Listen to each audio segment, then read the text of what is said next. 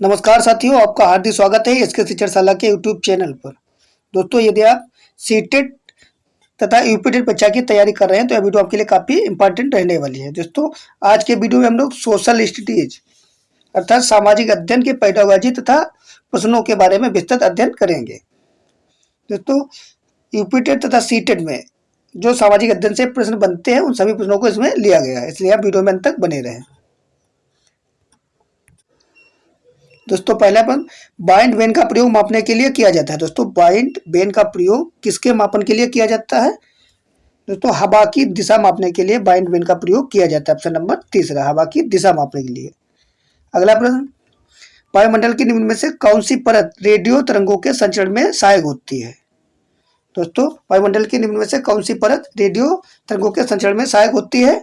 Option number दूसरा, मीसोस्फीयर। Option number दूसरा दोस्तों, मीसोस्फीयर।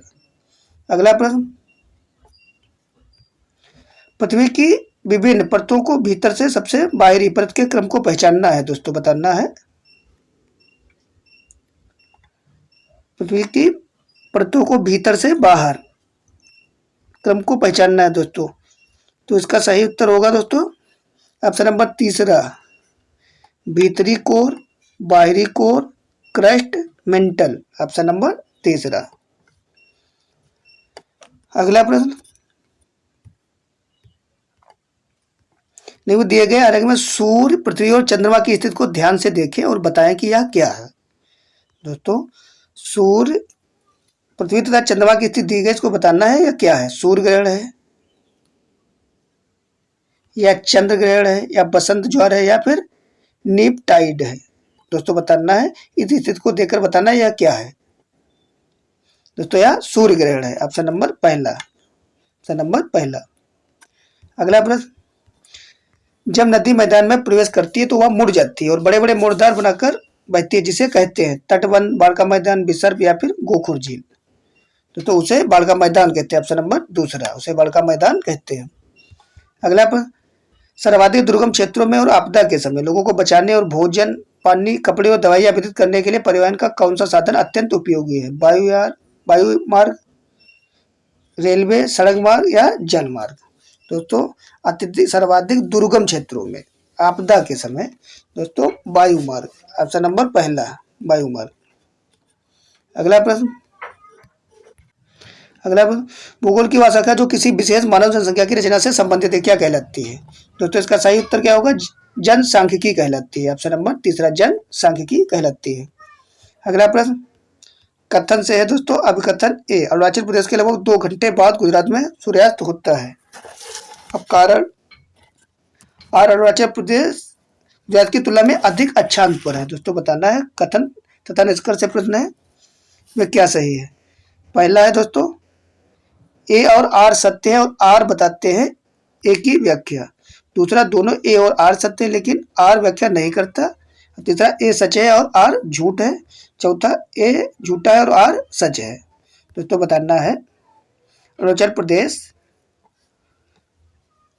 के लगभग 2 घंटे बाद गुजरात में सूर्यास्त होता है। इसका कारण है अरुणाचल प्रदेश गुजरात की तुलना में अधिक अक्षांश पर है। तो दोस्तों, इसका सही उत्तर होगा ऑप्शन नंबर चौथा, ए झूठा है और आर सच है। ए झूठा है और आर सच है। ऑप्शन नंबर चौथा। अगला प्रश्न, निम्न में से कौन सा एक ऊर्जा का गैर परंपरागत स्रोत है? दोस्तों, बता रहे हैं निम्न में से कौन एक ऊर्जा का गैर परंपरागत स्रोत है? तो सौर ऊर्जा, यह ऊर्जा का गैर परंपरागत स्रोत है। ऑप्शन नंबर तीसरा, सौर ऊर्जा। अगला प्रश्न, विशेष रूप से निर्मित तालाबों एवं तालाबों में मछलियों के प्रजनन को क्या कहते हैं? रेशम उत्पादन, अंगूर की खेती, बागवानी, मछली पालन। दोस्तों, मछली पालन कहते हैं। ऑप्शन नंबर चौथा, मछली पालन। अगला प्रश्न, 2 भूभागों को मिलाने वाली भूमि की सकरी पट्टी कहलाती है। दोस्तों, 2 भूभागों को मिलाने वाली भूमि की सकरी पट्टी क्या कहलाती है? स्थल मरु मध्य। ऑप्शन नंबर दूसरा, स्थल डमरू मध्य।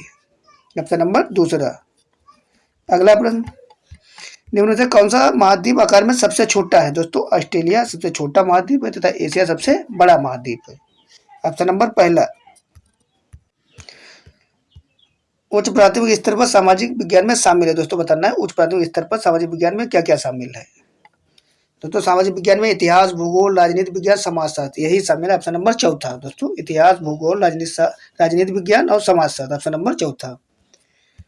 अगला प्रश्न, आगमनात्मक अधिगम निम्न में से किसी एक दृष्टिकोण का विरोधाभासी है। दोस्तों बताना है आगमनात्मक अधिगम। दोस्तों इसका सही उत्तर ऑप्शन नंबर चौथा, महारत हासिल करना, या विरोधाभासी, ऑप्शन नंबर चौथा। अगला प्रश्न, दिए गए कथन ए और बी को पढ़िए। आलोचनात्मक सोच अवधारणाओं के निर्माण, विचारों के अनुप्रयोग और विस्तार को बढ़ावा देती है। दूसरा, यह दूसरों के तर्कों और विश्वासों को समझने और उनका मूल्यांकन करने में मदद नहीं करता।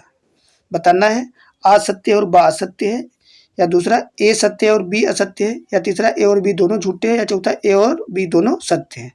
तो बताना है इसका उत्तर कौन सा सही है। ऑप्शन नंबर दूसरा, ए असत्य और बी सत्य है, ऑप्शन नंबर दूसरा। अगला प्रश्न, अनुभवजन्य साक्ष्य क्या है। दोस्तों इनको पढ़ के बताना है अनुभवजन्य साक्ष्य क्या है।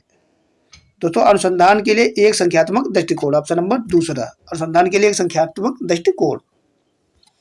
अगला प्रश्न, भौतिक सुविधाओं के मॉडल प्रतिकृत शिक्षण के लिए सर्वाधिक उपयुक्त होते हैं। इतिहास, अर्थशास्त्र, भूगोल, राजनीति विज्ञान। तो बताना है भूगोल, ऑप्शन नंबर तीसरा, भूगोल। अगला प्रश्न, स्थानीय समाचार पत्र में मौसम की जानकारी का संग्रह किस प्रकार के स्रोत का उदाहरण है। दोस्तों बताना है स्थानीय समाचार पत्र से मौसम की जानकारी का संग्रह किस प्रकार के स्रोत का उदाहरण है। दोस्तों माध्यमिक, ऑप्शन नंबर दूसरा, माध्यमिक।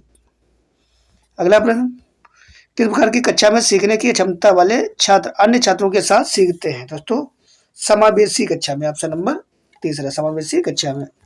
अगला प्रश्न, सभी बच्चे विकास के एक ही क्रम से गुजरते हैं लेकिन अलग अलग दरों पर, इसलिए शिक्षक को अलग अलग बच्चों और छोटे समूहों के लिए गतिविधियों की योजना बनानी चाहिए, न कि केवल पूरी कक्षा के लिए। ऐसा किसने कहा है दोस्तों, जे पियागेट ने, ऑप्शन नंबर चौथा, जे पियागेट ने। अगला प्रश्न, कक्ष में सहकारी अधिगम को बढ़ावा देने के लिए एक शिक्षक को चाहिए विद्यार्थियों को वाद विवाद और चर्चाओं में शामिल करना, उन्हें अलग अलग प्रोजेक्ट दें, कार्य के लिए कक्षा में छोटे समूह में विभाजित करें, उन्हें परियोजनाएं करने के लिए विभिन्न स्रोत प्रदान करें। तो इसका सही उत्तर ऑप्शन नंबर पहला, विद्यार्थियों को वाद विवाद और चर्चाओं में शामिल करना, ऑप्शन नंबर पहला।